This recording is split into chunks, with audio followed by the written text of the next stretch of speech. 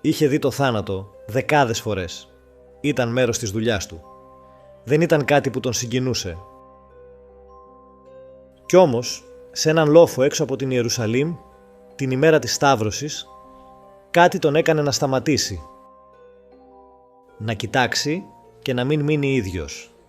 Η παράδοση θα τον ονομάσει Λογκίνο, τον Ρωμαίο εκατόνταρχο που συνδέθηκε με τις τελευταίες στιγμές του Ιησού.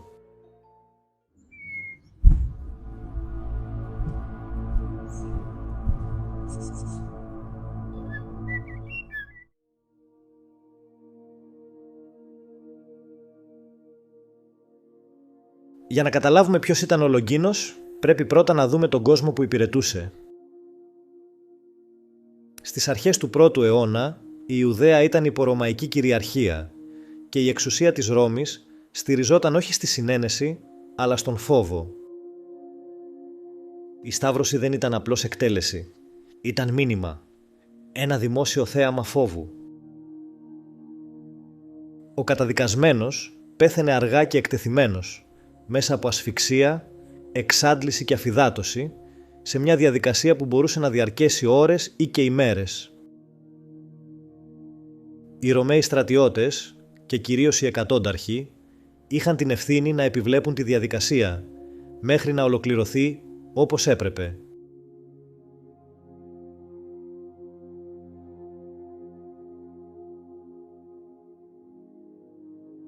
Το όνομα Λογκίνος είναι λατινικό και υπήρχε ήδη στη ρωμαϊκή εποχή, ενώ η σύνδεσή του με τη λόγχη φαίνεται να αποτελεί μεταγενέστερη ερμηνεία. Δεν πρόκειται για ιστορικά επιβεβαιωμένο πρόσωπο, αλλά για μια μορφή που προκύπτει από τη σύνθεση και την ερμηνεία μεταγενέστερων πηγών. Σύμφωνα με την παράδοση, ο Λογκίνος καταγόταν από την Καπαδοκία και υπηρετούσε στον Ρωμαϊκό στρατό υπό τον Πόντιο Πιλάτο ως εκατόνταρχος. Ήταν επικεφαλής της ομάδας που επιτηρούσε το βασανισμό και τη σταύρωση του Χριστού.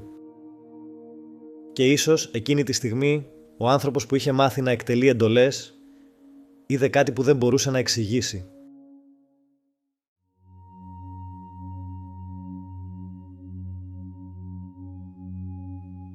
Την ημέρα της Σταύρωσης, ο λόφος του Γολγοθά έμοιαζε διαφορετικός. Σύμφωνα με τις πηγές, η ατμόσφαιρα ήταν βαριά, γεμάτη ένταση. Τα Ευαγγέλια μιλούν για σκοτάδι και αναστάτωση. Είτε ερμηνευτούν κυριολεκτικά, είτε συμβολικά, ένα είναι βέβαιο. Η στιγμή δεν ήταν συνηθισμένη. Σε αυτό το πλαίσιο, ο Λογκίνος πλησίασε τον εσταυρωμένο Ιησού για να επιβεβαιώσει τον θάνατό του. Ήψωσε τη λόγχη και τρύπησε τα πλευρά του και τότε, από την πληγή, κύλησαν αίμα και νερό. Σταγόνες άγγιξαν το πρόσωπό του και λέγεται πως, παρότι η όρασή του δεν ήταν ποτέ εντελώς καθαρή, εκείνη τη στιγμή είδε καθαρά για πρώτη φορά. Έτσι, η λόγχη που προκάλεσε την πληγή έγινε το κλειδί που ξεκλείδωσε τη χάρη, μετατρέποντας μια πράξη θανάτου στην πρώτη στιγμή της αιώνιας ζωής. Πρόκειται για μια λεπτομέρεια που καταγράφεται μόνο στο κατά Ιωάννην Ευαγγέλιο, ενώ τα υπόλοιπα Ευαγγέλια δεν την αναφέρουν. Σε καμία από αυτές τις αφηγήσεις, ο στρατιώτης δεν κατονομάζεται. Το όνομα Λογκίνος εμφανίζεται αργότερα, μέσα στη χριστιανική παράδοση και σε απόκριφα κείμενα, όπως το Ευαγγέλιο του Νικόδημου. Η φράση που του αποδίδεται, ότι ο Ιησούς ήταν Υιός του Θεού, λειτουργεί είτε ως ιστορική ανάμνηση, είτε ως θεολογική διατύπωση. Σε κάθε περίπτωση, αφήνει κάτι πιο βαθύ, πως ακόμη και ένας άνθρωπος της ρωμαϊκής εξουσίας μπορούσε να αλλάξει μπροστά σε αυτό που είδε.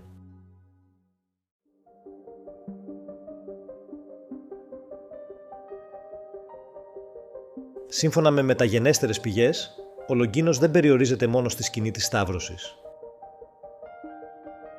Αναφέρεται ότι διατάχθηκε να φρουρήσει και τον τάφο του Ιησού μαζί με τους άντρες του και ότι έγινε μάρτυρας ενός ακόμη γεγονότος που θα το σημάδευε, της Ανάστασης.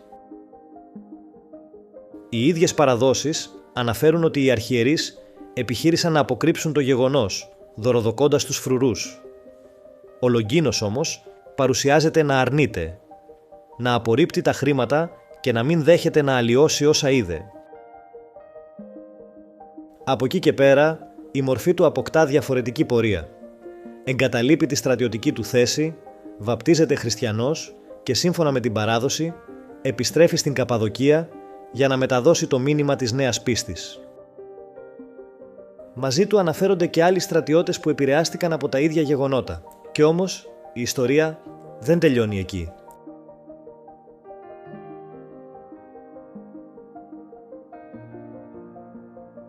Αργότερα, οι αφηγήσεις λένε ότι η επιλογή του Λογκίνου δεν έμεινε χωρίς συνέπειες. Αναφέρεται ότι, ύστερα από καταγγελίες, δόθηκε εντολή να τιμωρηθεί ως αποστάτης. Μια ομάδα στρατιωτών στάλθηκε για να τον εντοπίσει. Οι αφηγήσεις περιγράφουν μια χαρακτηριστική σκηνή. Οι στρατιώτες φτάνουν στο σπίτι του χωρίς να τον αναγνωρίζουν και εκείνος τους φιλοξενεί. Όταν αποκαλύπτεται η ταυτότητά του, δεν προσπαθεί να διαφύγει. Αντίθετα, παρουσιάζεται να αποδέχεται τη μοίρα του, δηλώνοντας έτοιμος να μαρτυρήσει για την πίστη του. Σύμφωνα με το βασικό μοτίβο της παράδοσης, ο Λογκίνος και οι σύντροφοί του εκτελούνται με αποκεφαλισμό. Μεταγενέστερες αφηγήσεις προσθέτουν και θαυματουργικά στοιχεία, όπως η θεραπεία μιας γυναίκας που συνδέεται με τα λείψανά του, καθώς και πιο δραματικές εκδοχές του μαρτυρίου του. Η μορφή του καθιερώνεται τελικά ως μάρτυρα και τιμάται τόσο στην Ορθόδοξη όσο και στην Καθολική παράδοση.